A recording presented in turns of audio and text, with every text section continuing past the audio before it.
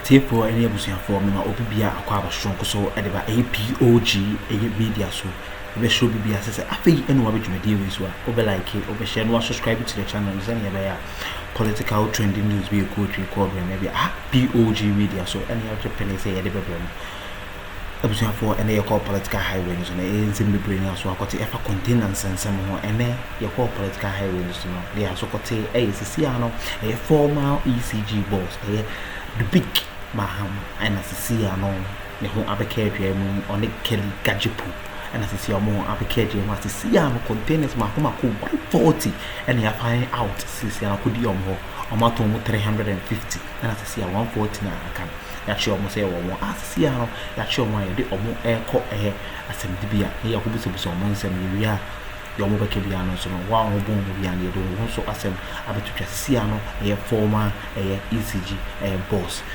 the big Mahama and K.Gadzekpo and Siam omo abase e butan for menjemon bra mo so pi men say mo ben so say na oja akunya no ho na oye mintumi enye boss ni bi mintumi enye management secretarian ECG bi mo no wafa no ho adwen onim bi oye onim bone so wedi enti on pese obetena akunya no so amani no go asenti wadwan ama sisi an odi bone a usha na kokona say yakotchen fe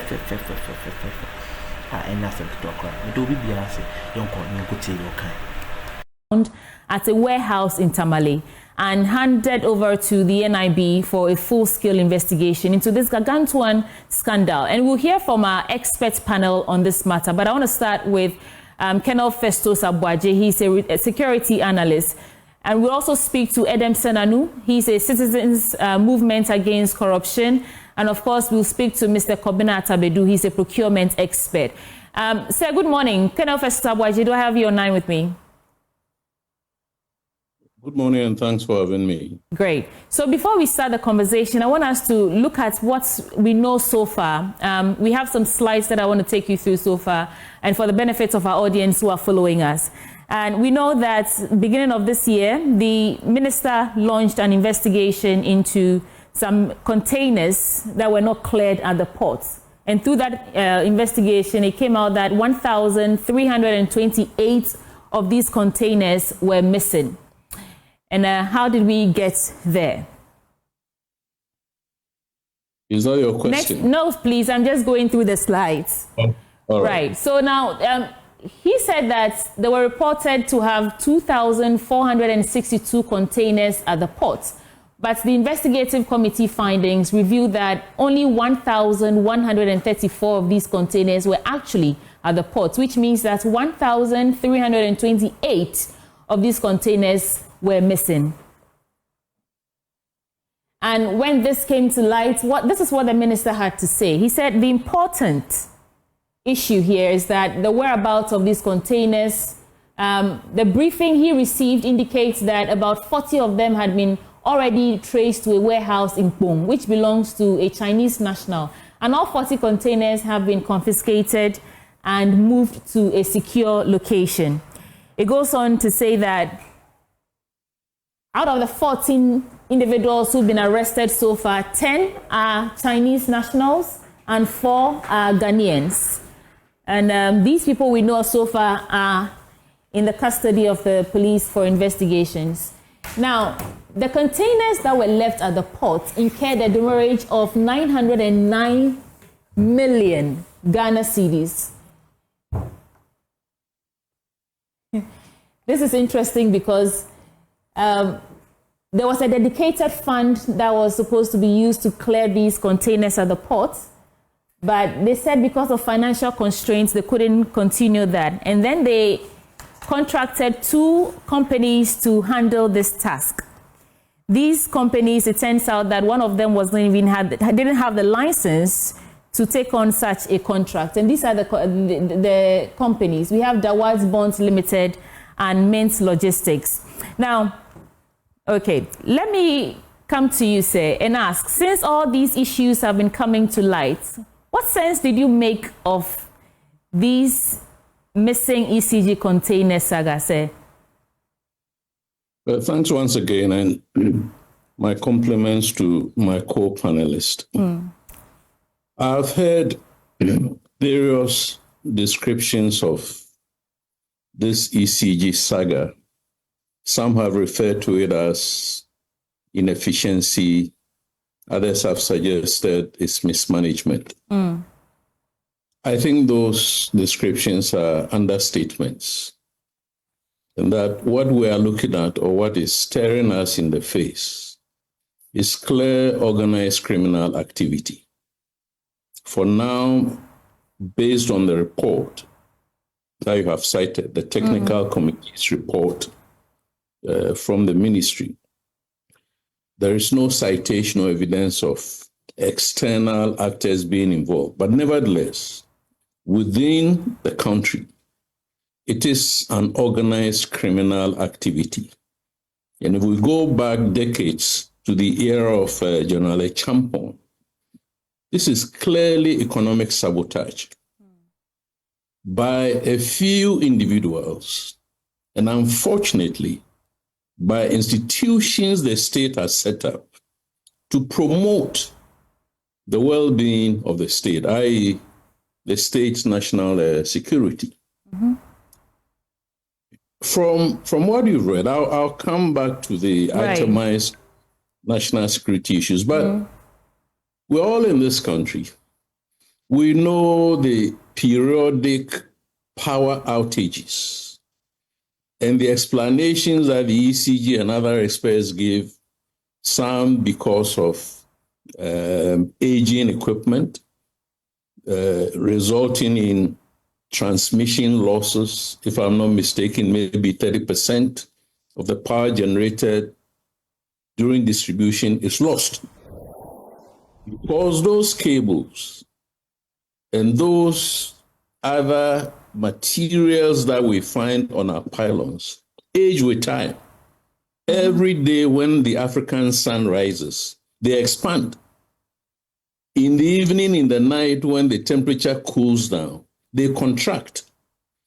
And if any one of us has done basic science, expansion, contraction, expansion, contraction, over a period of time will result in degradation. Right. Which is why ECG, being the managers of power distribution, need to import material to replace the aging material. And that is where the problem starts. That by diverting this equipment, by the way, we are not talking about containers. I think that is also another misperception, that everywhere you read containers, they are not containers. They are not empty containers. They are containers filled with ECG equipment, either cables, either meters, or transformers, and probably more items. So those are things that are being diverted, not the metal containers. Okay, and Kenna, we'll get incisive with the issues. But you said there's an organized criminal network. I'm curious to know where, within the ECG or at the port operations. Where is this criminal network? Let me go through the list that I have, based on the report that all of us are citing, the technical committee's report. First of all, are the CEOs or the managing directors of ECG. And in that report, two of them have been mentioned. The immediate past MD, D.Mahama, then my own relation from Asante Achimjo, Kwame Ajimambudu, if I'm not mistaken. Now, Dubik was the one who in 2022 came and stopped the practice of weekly payments of 5 million cedis to the Finance Committee's account to enable ECG to clear the containers or the equipment at the harbor. He stopped it. Kwame Ajimambudu is cited as also having authorized questionable procurements. Now, you probably forcing me to go into the plot, but the outgone MPP government, whose Ministry of Finance and its Minister of Finance have also been mentioned in the report. First of all, the government provided inaccurate container figures in the transition report. The MPP government said there were 3,000. Well, we know that when they went to the harbor, there weren't 3,000 containers or equipment. There were far less, which have been mentioned in the report. Then number 4, you have the Director of Procurement, Premises and Estates. Now, who is the one who actually does the procurement? Now, who cites orders from above? A certain influencer. Obviously, this influencer, the number 5 of the conspiratorial gang, must be a politically connected person, if not a minister or if not somebody influential in the MPP administration. I've mentioned the Minister of Finance. Then you have the unnamed official, I've mentioned that, unnamed influential figures and so on. Now, all of these capabilities are what caused the ECG to pay the demurrage of about almost a billion. I would prefer to call it a billion, just 100,000 or 91,000 cedi share. Then we know that the containers were supposed to be at a port, a customs port, not a free port. Now, to get these containers out, you need to follow procedures. So now, D.Mahama unilaterally decides that 2 clearing agents, at least one of whom is not even registered with the customs as a clearing agent or customs house agent, to clear those goods. And on top of that, they are awarded contracts. Now, one Nyankopon ensure bibia wade bread hwetu mediwe hi POG Media ye true ofa etosumyenu we sure so beje bread no watena se na wade hwetu mediwe e ma wo mfiade ba ko so be like o be subscribe share ma afoforo nso ensa entimi enka mediwe bi eye container no nsem ya asisi apoma ECG boss eye the big Mahama and am ho akwa adwene ebusun for me job ndra mo so me yakọ ne akotie ni to aso.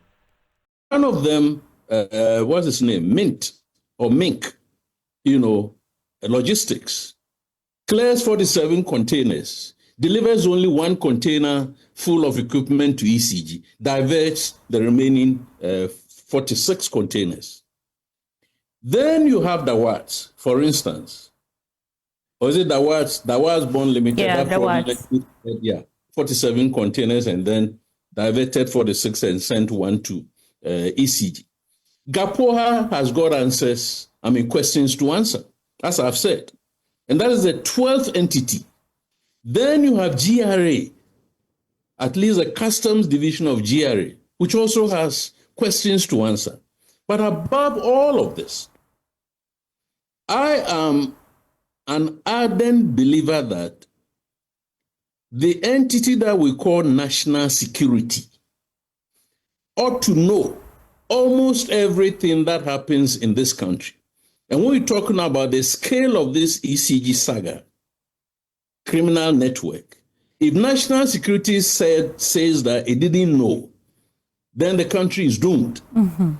So I want to believe that national security was aware of what was going on, the procurement, malfeasance, and everything.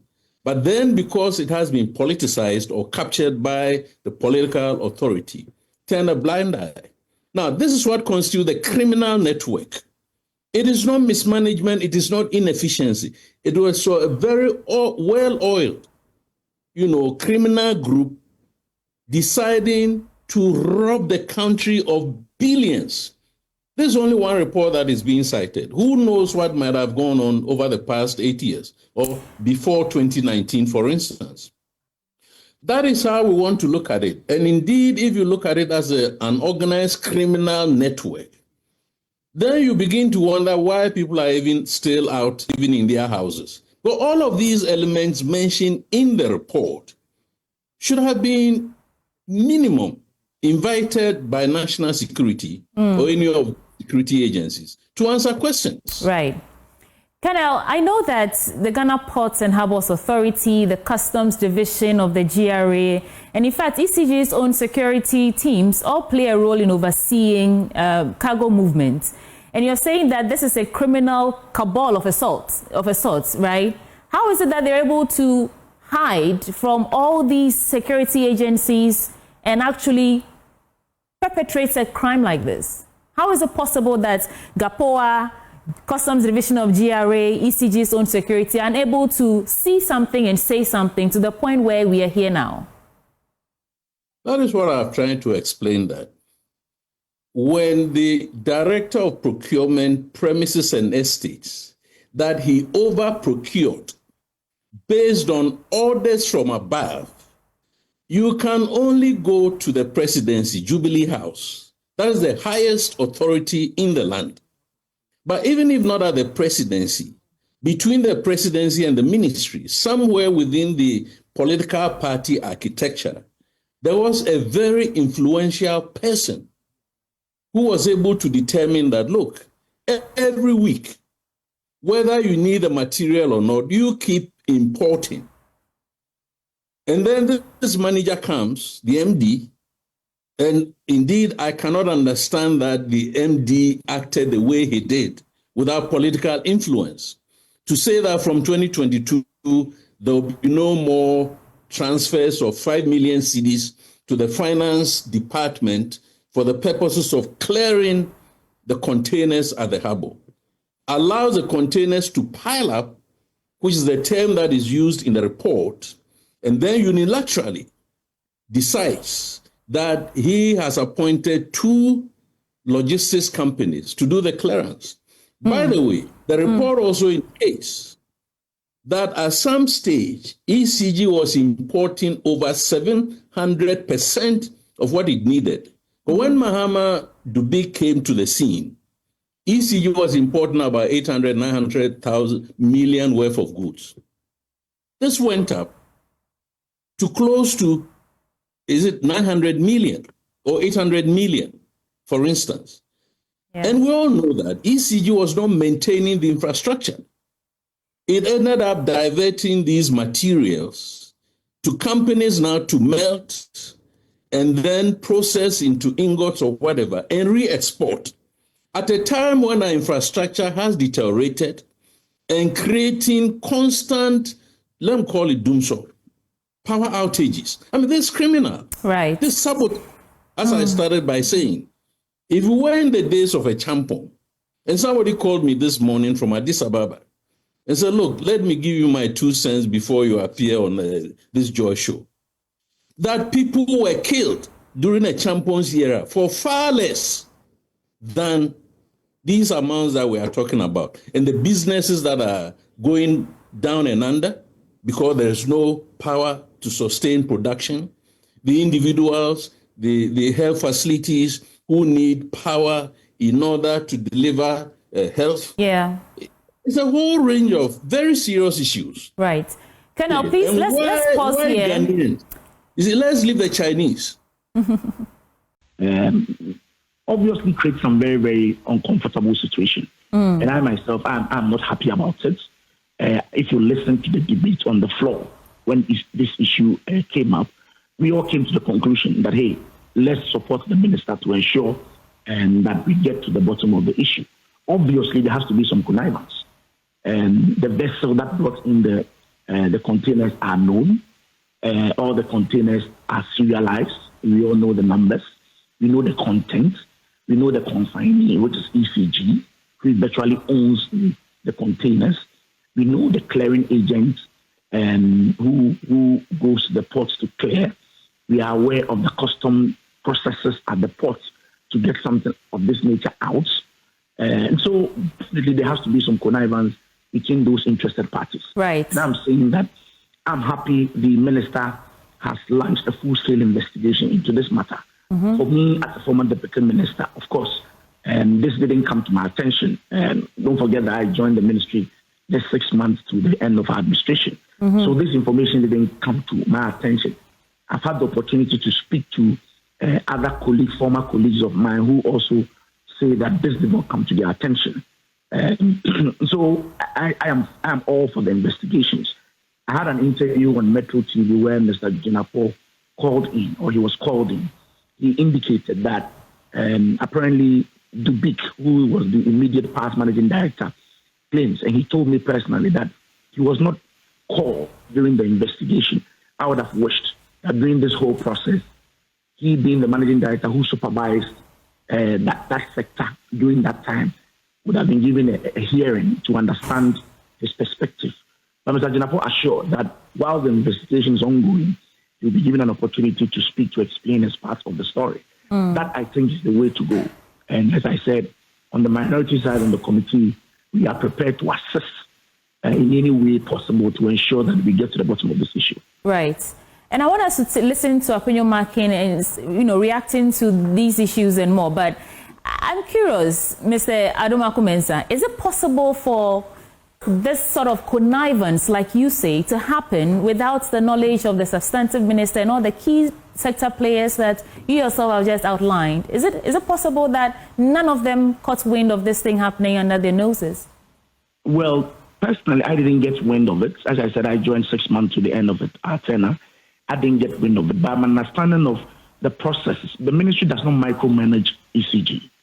A lot of these procurement processes happens at the entity level. It does not pass to the ministry for approval. If ECG wants to bring in a container of a generator or something, they do not necessarily have to come to the minister for approval.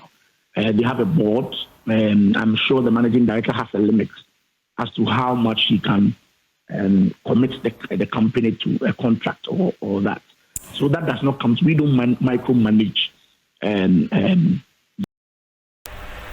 POG Media. Hana mre tintin na ma no kwan se memfa mo si ye do bi bia ase so je bre oje akonya ehedwo de we do something to so yakopon shop POG Media. So make sure say open like it, subscribe to the channel, but notification bell na wo so say na be political trending news we ko be what your pen say only we YouTube di POG Media platform can say so yes we have the pen say trending news go on be da mo so ma say makram